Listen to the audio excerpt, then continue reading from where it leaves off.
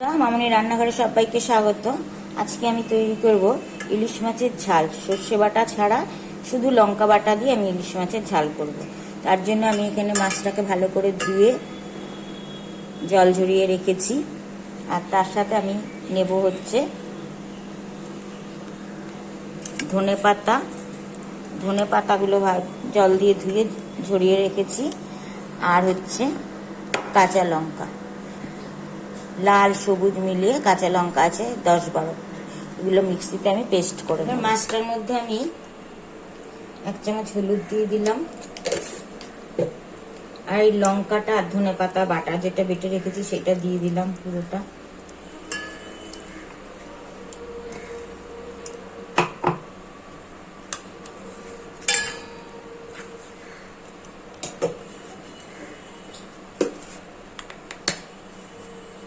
সর্ষের তেল দিলাম।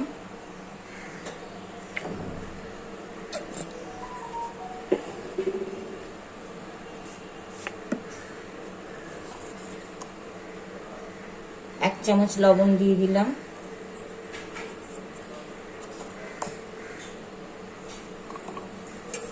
দিয়ে এবার মাখিয়ে নেব।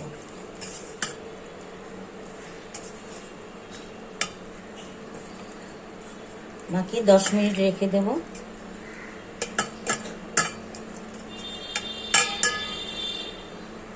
মাছটা করার জন্য আমি কড়াইটা বসিয়ে দিয়েছি। আর একটু গরম জল দিয়ে দিলাম, 1/2 বোতল গরম জল দিয়ে দিলাম। বন্ধুরা, জলটা ফুটে গেছে, এবার আমি মাছগুলো সব দিয়ে দেবো এর ভিতরে।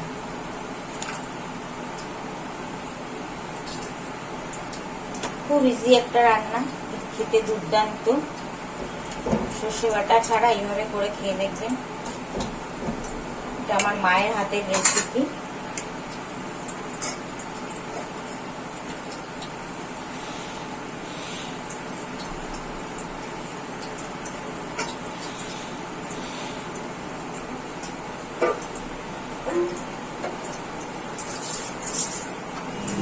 মাছটা ফুটে উঠেছে, ঝোলটা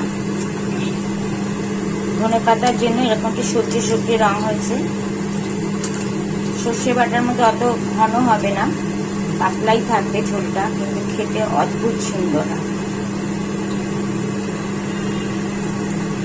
প্রায় হয়ে এসছে মাছটা।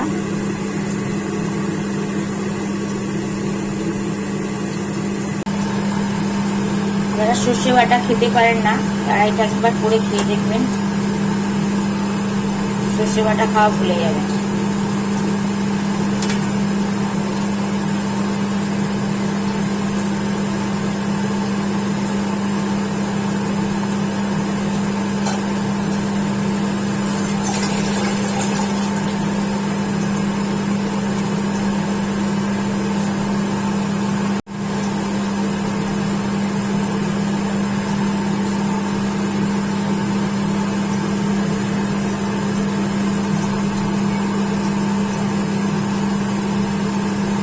ঝোলটা হয়ে গেছে, আমি এবার অন্য পাত্রে সার্ভ করব।